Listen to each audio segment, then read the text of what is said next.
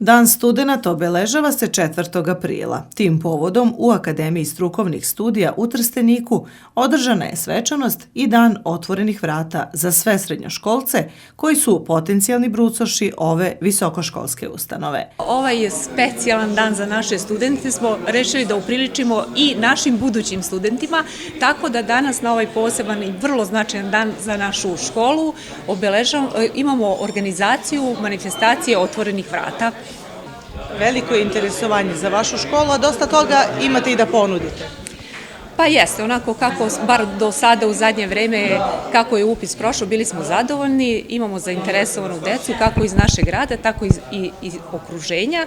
Sad ono šta imamo da im ponudimo, to su osnovne studije na smeru mašinsko inženjerstvo, drumski saobraćaj, informacijne tehnologije, a takođe im nudimo i nastavak školovanja na specijalističkim studijama i saobraćaja, to jest regulisanje i bezbednost drumskog saobraćaja, kao i na informacijnim tehnologijama master studije. Koliko će studenta biti primljeno ove godine?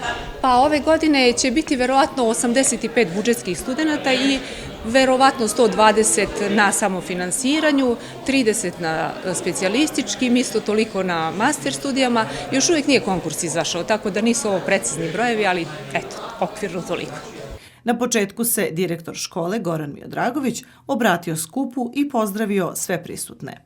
Sadašnje srednjoškolce, a buduće brucoše od ove jeseni čekaju potpuno nove obaveze, tako da ovakve aktivnosti mogu značajno da pomognu kako bi se informisali o svim potrebnim informacijama i doneli pravu odluku koja će im odrediti put budućeg školovanja.